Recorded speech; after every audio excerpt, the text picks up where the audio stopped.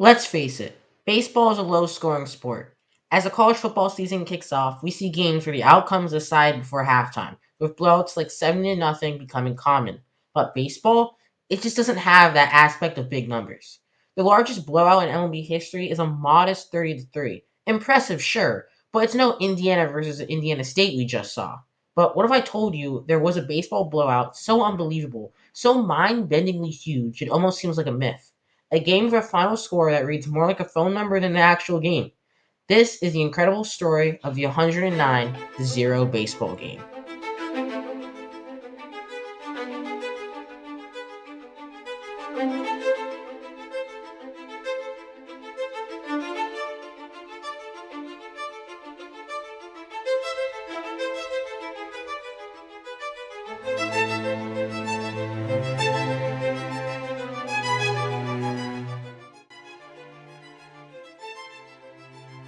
Our story begins where many stories end, at a high school baseball tryout.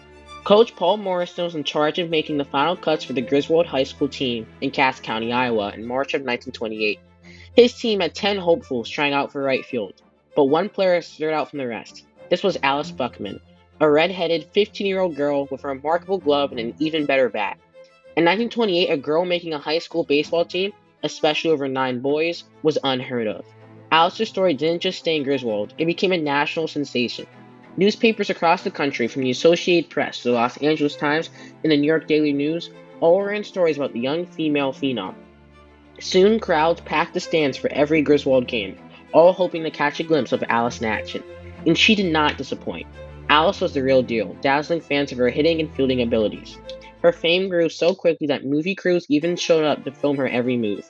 Tickets to Griswold games, which used to be free, were now selling for $75 a pop. That's roughly $1,400 in today's money, far more than the average Major League Baseball ticket.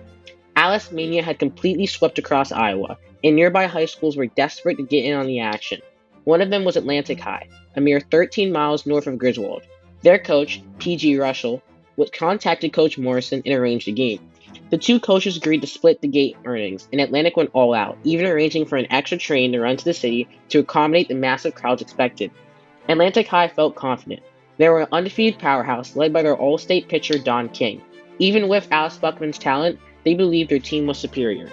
But a week before the game, things took a turn. Rumors began to circulate, with Coach Russell of Atlantic claiming that Coach Morrison of Griswold had demanded a bigger cut of the game's profits. This alleged act of greed spread like wildfire, with national headlines accusing Griswold of trying to cash in on their star player's fame. Morrison vehemently denied the accusation, but it was too late. Citing a finger injury, he pulled Alice Buckman from the game. Whether she was truly hurt or was a strategic move, we'll never know. With their star player and the biggest draw out of the game, Coach Morrison made a stunning decision. He pulled all of his varsity players from the lineup, saving them for a game the next day. Instead of his undefeated team, he sent out the Griswold High freshman squad. Now think about that for a second. An undefeated, all-state-led team was now facing a group of freshmen. The stage was set for an epic mismatch.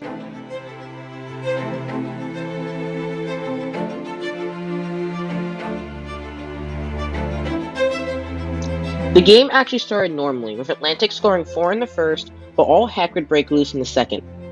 Atlantic scored 30 runs in the second inning, absolutely blowing the game out of the water, and it wouldn't stop. By the end of the eighth, 109 runs had been put on the board. By this point, the sun had set and the game was over after only 8 innings and 109 runs. Griswold committed 22 errors that game, while also being held to no hits by Atlantic's Don King, who also had 15 hits himself in that game as a pitcher. Meanwhile, Griswold had started their left fielder on the bump, Johnny Guston. Guston himself gave up 92 hits, 16 home runs, 26 doubles, and 7 triples. But my favorite stat from that game is the fact that Atlantic stole a whopping 113 bases, which is the same amount of bases that Alex Gordon stole in his entire career. And Atlantic did this in a single game. Atlantic also had 139 at-bats. To put that into perspective, that's 30 more ABs than Mike Trout had all of 2024, and they had as many hits as Trevor Larnach had in 2024. Yet there is still much about this game that is unknown, such as the exact RBI totals per player, how many runs each player scored.